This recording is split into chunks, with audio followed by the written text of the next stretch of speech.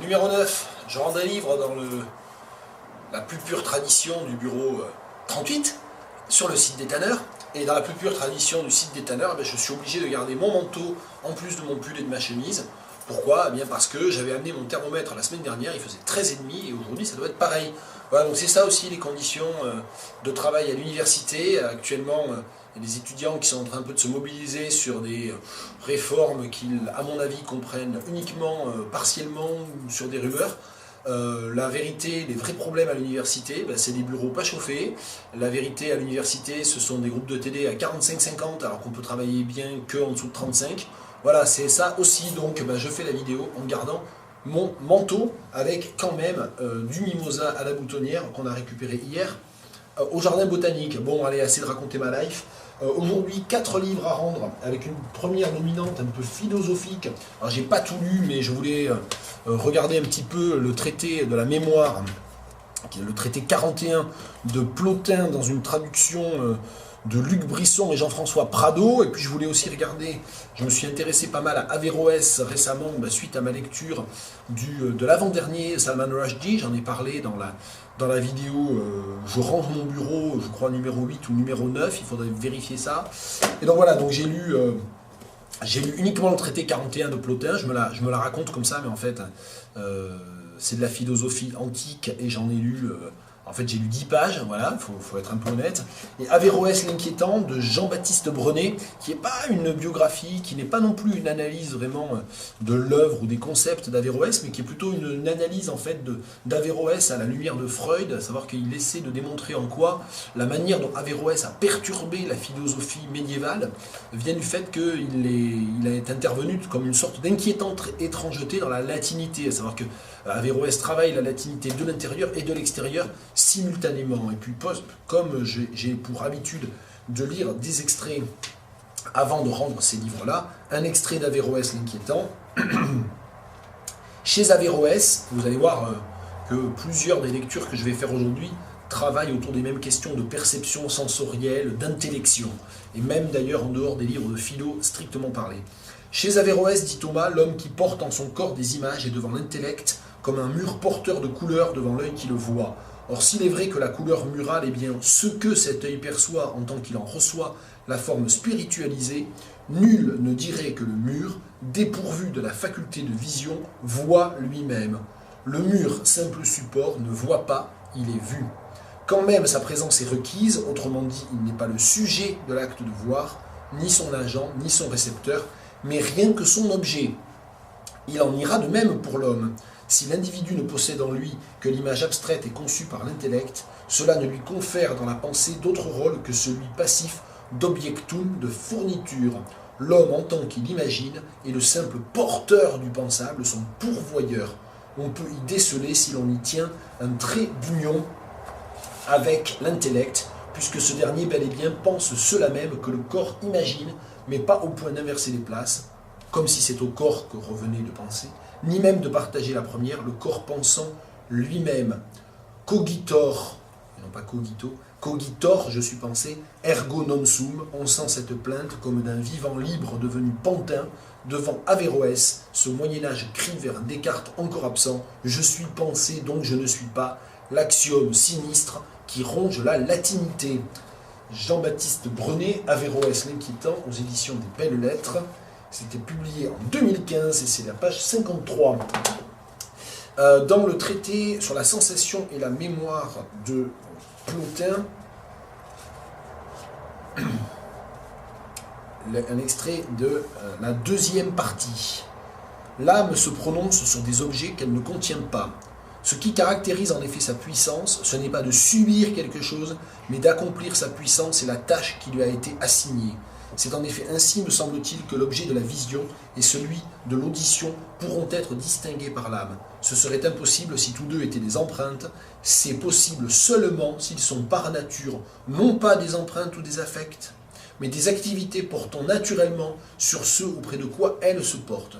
Mais nous autres, comme nous ne voulons pas admettre qu'une puissance soit en mesure de connaître son objet propre, si celui-ci ne vient l'ébranler, nous faisons comme si l'âme était affectée sans le connaître par ce qui est proche d'elle, alors que ce qui lui a été donné, c'est de dominer et non pas d'être dominé.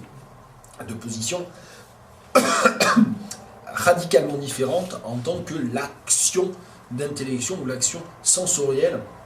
J'ai aucune espèce de réelle compétence en philosophie, mais c'est tout ce débat qui remonte donc à Plotin, au IIIe siècle après Jésus-Christ, qui remonte évidemment avant lui à Platon, que l'on retrouve encore à l'œuvre dans les débats qu'il peut y avoir entre Hume et Kant, par exemple, à distance, dans le temps, bien sûr.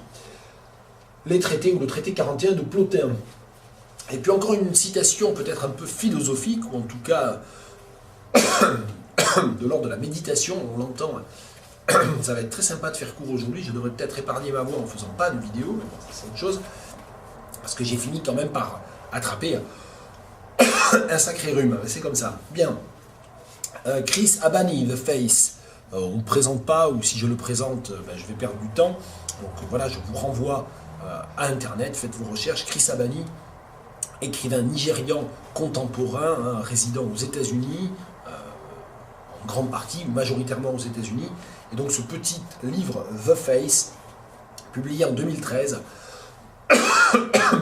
dont voici un extrait du chapitre The Architecture of Loss. My face is the mirror of a dead people, an extinct people. There is nothing left of my father's people, the Egu, other than a few ancestral masks that no one really understands anymore, a style of pottery that is still in use but accredited to another group, a few scattered and abandoned homesteads overgrown with weeds, and a few place names. I touch my face in the mirror, stubble, acne scars. I am thinking of my father and his face, the sound of him shaving in the mornings, his cheeks hardened over time, take the scrape of the razor with a wooden echo that I could hear down the hall, the deep black of his skin. A face like mine, all cheek and jowl, the way it would shut down into a sullen mask, or twist into anger, or the way his eyes would hood when he looked at you so that sometimes it was hard to tell if they were open, and the way sometimes that hooded look would carry menace and danger. These are all things my face does. Chris Abani, que je vais rendre aussi à la BU, enfin, quatrième et dernier ouvrage que je vais rendre à la BU aujourd'hui. Enfin, j'ai enfin pris le temps de lire un livre de Ursula Le Guin. Il a fallu qu'elle meure pour ça, c'est un peu triste, ou c'est un peu honteux de ma part.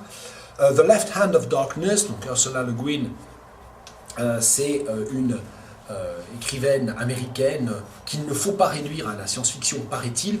Bon, il n'empêche que c'est quand même de la science-fiction. Et moi, ça m'a un petit peu laissé sur ma faim. Je suis désolé de le dire, notamment à deux de mes amis qui vraiment la portent au pinacle et pour qui elle compte énormément. Mais moi, je suis un petit peu déçu. Le principal problème que je trouve, moi, c'est qu'il n'y a pas d'écriture, il n'y a pas une écriture qui m'emporte. Je trouve ça, alors c'est bien écrit d'un certain point de vue, je ne veux pas dire que comme tout un courant de la SF c'est mal écrit ou c'est écrit n'importe comment, c'est pas tellement ça, c'est que c'est écrit de manière très conformiste, très conventionnelle, alors avec beaucoup d'attention à la structure syntaxique, au point de vue, aux adjectifs, au choix des adjectifs, c'est bien écrit en un sens, mais c'est écrit d'une manière que moi je trouve... comment le dire, pas trop négativement, oui, que je trouve conventionnel, qui en tout cas, moi, me paraît extrêmement lisse, oui, dénué d'aspérité, dénué d'éléments où s'accrocher. Moi, c'est pas une écriture qui m'a transporté du tout. Alors, la structure est extrêmement habile, il y a vraiment un jeu sur les points de vue qui est très fort. Alors, moi, j'ai rien à dire là-dessus, c'est un livre qui est très bien construit, qui est très efficace dans son genre.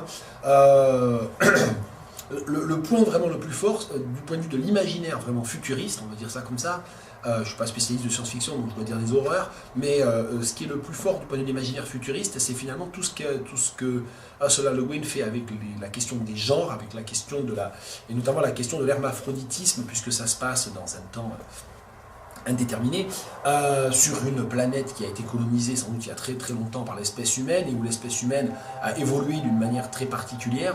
Et en fait, sur cette planète qui est appelée Winter, et où se passe toute l'action, l'espèce humaine est entièrement hermaphrodite, à savoir qu'il n'y a pas de genre fixé, il y a simplement des périodes de chaleur qui correspondent à un cycle menstruel, à un cycle lunaire en fait, et pendant ces périodes de chaleur, les personnes, les individus qui sont en présence l'un de l'autre développent soit les attributs mâles, soit les attributs femelles. Ce qui veut dire qu'en fait, par exemple, le roi du royaume de Caridé, ou Caraïde, je ne sais pas comment il faut dire, a des enfants à la fois en tant que père et en tant que mère. Voilà, donc et là-dessus, il y a vraiment un vrai travail. Il y a également un vrai travail dans la relation entre l'envoyé, qui est un des deux personnages principaux, et le premier ministre déchu, dans lequel il y a toute cette tension sexuelle entre celui qui est hermaphrodite et puis celui qui est d'une autre planète, et qui est beaucoup plus proche de nous, bien sûr, dans ses caractéristiques sexuelles. Et donc il y a tout cet élément-là est quand même très très bien construit, très bien amené jusqu'à la fin. Et ça, c'est quand même un des points forts du roman. Moi, ce qui me gêne toujours un petit peu, enfin pas toujours, mais souvent, en science-fiction, et Lagoon de Nnedi Okorafor, je sais que Nnedi Okorafor est une grande admiratrice d'Ursula Le Guin, mais moi je place Lagoon très très au-dessus de ce livre-là, par exemple. Bon, c'est mon avis, et je le partage. Ce qui me gêne un tout petit peu, et justement, Nnedi Okorafor échappe totalement à ça, c'est la façon dont un roman de science-fiction comme celui-ci, ou un roman futuriste comme celui-ci, représente un monde qui est à la fois complètement différent du nôtre, mais qui en fait partage un très grand nombre de caractéristiques avec le nôtre. Alors que le temps n'est pas compté de la même manière, mais le temps est compté. Les calendriers sont simplement décalés, mais ça reste des calendriers. Autres exemples, les distances sont calculées avec des unités de mesure qui sont les mêmes que les nôtres. Je crois que c'est en miles, la température est calculée en Fahrenheit, donc finalement tout est extrêmement compréhensible. Ce que je trouve le plus étonnant du point de vue de la technologie, c'est qu'il y a bien sûr des éléments technologiques complètement irréalistes ou irrationnels par rapport à la réalité du monde dans lequel on vit, et y compris bien entendu du monde à l'époque où Ursula Le Guin a écrit ce roman. J'ai pas noté quand d'ailleurs, de quand il date, 1969, l'année de First Man on the Moon en plus. Bon, j'avais pas fait attention à ça. C'est sans doute significatif d'ailleurs. Par exemple, voilà, il y a des voitures. Alors certes, ce sont des voitures électriques, ce qui peut paraître très anticipation finalement, mais ce sont des voitures. Voilà, il y a des taxis, il y a le téléphone. Enfin voilà, enfin technologiquement, c'est notre monde avec des petites variations. Finalement, la vraie seule grande variation, c'est évidemment en termes de morphologie humaine, et donc cette sous-espèce humaine qui est entièrement hermaphrodite. Mais pour le reste, sinon, on a l'impression finalement d'être dans un monde qui est à peine décalqué du nôtre. J'exagère. Et ça, pour moi, c'est toujours une frustration. Je vais quand même en lire un extrait.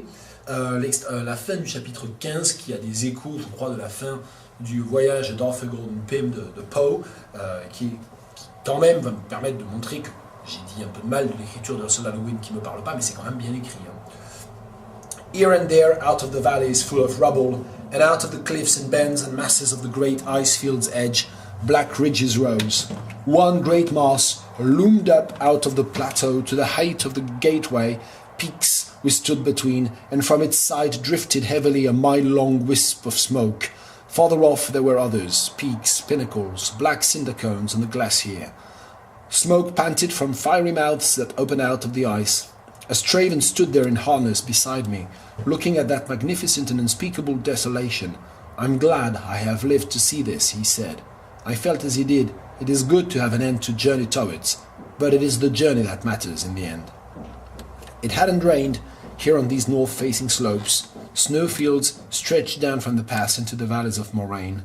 We stowed the wheels and capped the sledge runners, put on our skis and took off, down north, onward, into that silent vastness of fire and ice that said in enormous letters of black and white, "Death, death," written right across a continent. The sledge pulled like a feather, and we laughed with joy.